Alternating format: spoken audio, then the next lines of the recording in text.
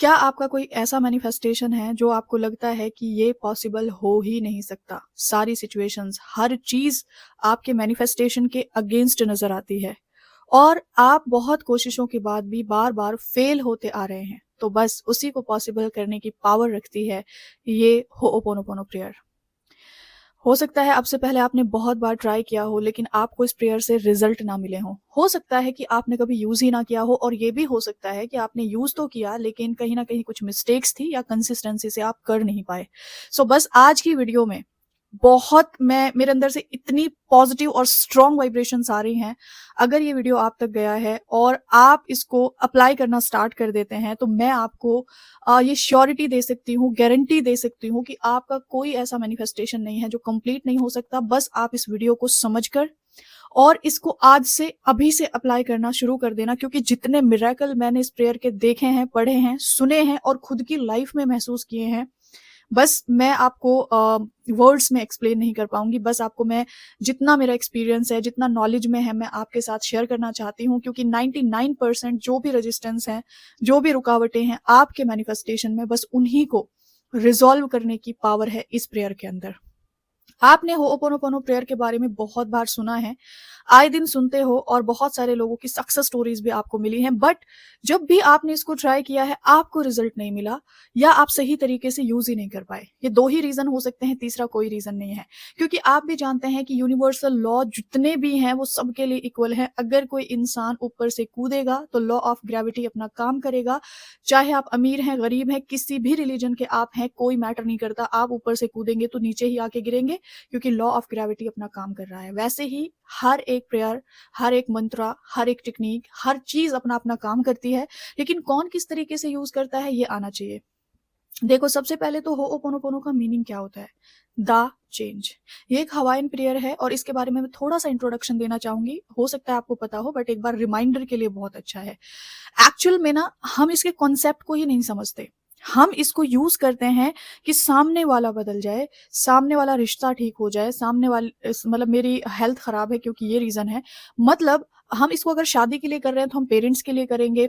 यानी कि आपको ये कॉन्सेप्ट ही गलत बताया गया है कि आप किसी पर्सन का नाम लेके करो या आप डियर हेल्थ का नाम लेके करो। ये एक हद तक सही है, लेकिन इसका डीप कॉन्सेप्ट आज मैं आपको बताती हूँ। देखो, आपको डॉक्टर ह्यूलन का एक्सपेरिमेंट पता होगा।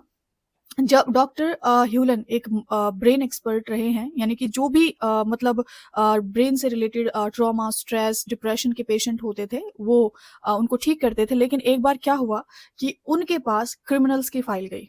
क्रिमिनल्स का माइंडसेट कैसा होगा, जो किसी को मारने से पहले नहीं सोचते, जो किसी का गलत करने से पहले नहीं सोचते। तो उन्होंने उस टाइम ये नहीं कहा कि मैं तुम्हारी तरह कर्मों की जिम्मेदारी लेता हूँ या मैं तुम्हारे लिए प्रेयर करता हूँ, नहीं। उन्होंने पता है क्या सोचा? इसी कॉन्सेप्ट को समझने की जरूरत है। उन्होंने ये सोचा कि ये क्रिमिनल्स की फाइल मुझ तक ही क्यों आई?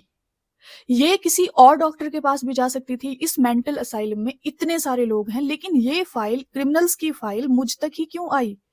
तो उन्होंने ये कंक्लूजन निकाला कि हम तक वही चीज चलकर आती है जो हमारे अंदर जाने अनजाने में एग्जिस्ट करती है, हमारे ब्रेन में एग्जिस्ट करती है।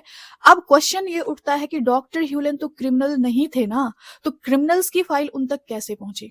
तो उन्होंने इसका भी बहुत ब्यूटीफुली बताया कि हम सब क्रिमिनल हैं। कोई किसी के इमोशंस को मार रहा है, कोई किसी के हक को मार रहा है, कोई किसी कॉकरोच को मार रहा है, कोई मच्छर को मार रहा है। हम सब क्राइम कर रहे हैं, लेकिन कोई बहुत बड़े लेवल पे कर रहा है, कोई बहुत छोटे लेवल पे कर रहा है। So we all are one energy. अब आपको मैं बहुत सिंपल वर्ड्स में समझाऊं तो आपके आसपास जो भी हो रहा है, आपको जॉब नहीं मिल रही, आप फेल हो रहे हैं, आपकी हेल्थ ठीक नहीं है, आपके रिश्ते ठीक नहीं है, आपके पेरेंट्स आपकी शादी के लिए नहीं मानते, आपको फ्रीडम नहीं है लाइफ में, तो उसके लिए कोई भी रिस्पॉन्सिबल नहीं है। वो कहीं ना कहीं जाने अनजाने आपके अंदर एग्जिस्ट करता है। दैट्स वाई वो सिचुएशंस आपके सामने घूम फिर कर आती हैं। तो यहाँ पर कंक्लूजन ये निकल कर आया कि हमें ये प्रेयर किसी के लिए भी नहीं करनी, किसी का नाम लेके नहीं करनी। अगर इस प्रेयर का आप एक्चुअल में रिजल्ट चाहते हैं तो ये प्रेयर आपको खुद के लिए करनी पड़ेगी, खुद की सोल के लिए करनी पड़ेगी। और अब मैं बताऊंगी कितने दिन तक करनी है, कितने दिन का चैलेंज लेना है अगर आपको कंप्लीटली अपनी लाइफ को ट्रांसफॉर्म करना है। ये प्रेयर इतनी मिराकुलस है, मुझे नहीं पता किसने इसके साइड इफेक्ट्स बताए हैं, किसने क्या क्या बताया है, डोंट नो। बट इस प्रेयर का अगर मैं कहूँ कि आपको कितने दिन का चैलेंज लेना चाहिए, तो मैं कहूँगी 100 डेज़ का। मैंने अपने बहुत सारे बैचेज़ में 100 डेज़ का चैलेंज करवाया है। मैंने अपने बहुत बड़े-बड़े कोर्सेज़ में अपने स्टूडेंट्स को 100 डेज़ का चैलेंज दिया है।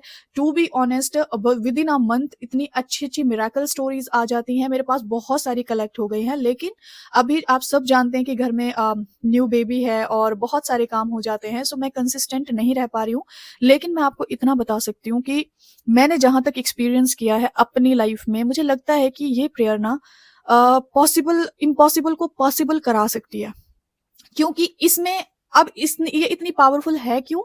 ये भी हमें समझ में आना चाहिए। देखो, इस प्रेयर में हम कहते हैं आई एम सॉरी। मैं इसको इस तरह से बोलती हूँ आई एम सॉरी मतलब अगर एग्ज़ाम्पल मेरे रिश्ते ठीक नहीं है, मैं आई एम सॉरी कि जाने-अनजाने में कहीं न कहीं मैंने ही ऐसी एनर्जीज़ क्रिएट की हैं कि आज मेरे रिलेशनशिप्स ठीक नहीं हैं। Please forgive me. अपनी डिवाइन पावर से माफ़ी माँग रही हूँ कि मुझे माफ़ कर दो, जाने-अनजाने में जो भी नेगेटिव एनर्जी एक्सचेंज हुई है उसके लिए। थैंक यू सो मच हर उस लेसन के लिए, हर चीज़ के लिए, हर उस ब्लेसिंग के लिए जो मेरी लाइफ़ में इस टाइम पर अवेलेबल है। ग्रैटिट्यूड आ गया एंड आई लव यू और यू नो व्हाट? लव की एनर्जी सबसे ज़्यादा पावरफुल है इस यूनिवर्स के अंदर। आपको पता है इसमें 4 फ्रेजेज़ आते हैं, I am sorry, please forgive me, thank you and I love you. Forgiveness, gratitude and love. और ये तीनों चीज़ें अगर आप डीप में जाएँगे तो ये पूरी दुनिया इन तीनों वर्ड्स पर ही चल रही है। कोई गलती कर रहा है, सामने वाला माफ़ी माँग रहा है, ठीक है? रिश्ता बच गया। कोई किसी को कुछ कर रहा है, कुछ दे रहा है, सामने वाला थैंक्स बोल रहा है, ये दुनिया चल रही है। और आई लव यू यानी कि प्यार से तो ये पूरी दुनिया ही जुड़ी हुई है। तो इस प्रेयर के अंदर ये चारों फ्रेजेज़ बहुत पावरफुल है। तो आपको 100 डेज़ का चैलेंज लेना है विदाउट ब्रेक, कंसिस्टेंसी। आपको स्किप नहीं करना। टाइमिंग मैं मेंशन इसलिए नहीं करूँगी, आप अर्ली मॉर्निंग कर सकते हो, सोने से पहले कर सकते हो, दोपहर में टाइम मिले दोपहर में कर सकते हो, 108 टाइम पूरी कंसिस्टेंसी और फोकस के साथ। अच्छा, कोई अब यहाँ पर किस-किस तरीके से कर सकते हैं वो भी एक बार समझ लेना।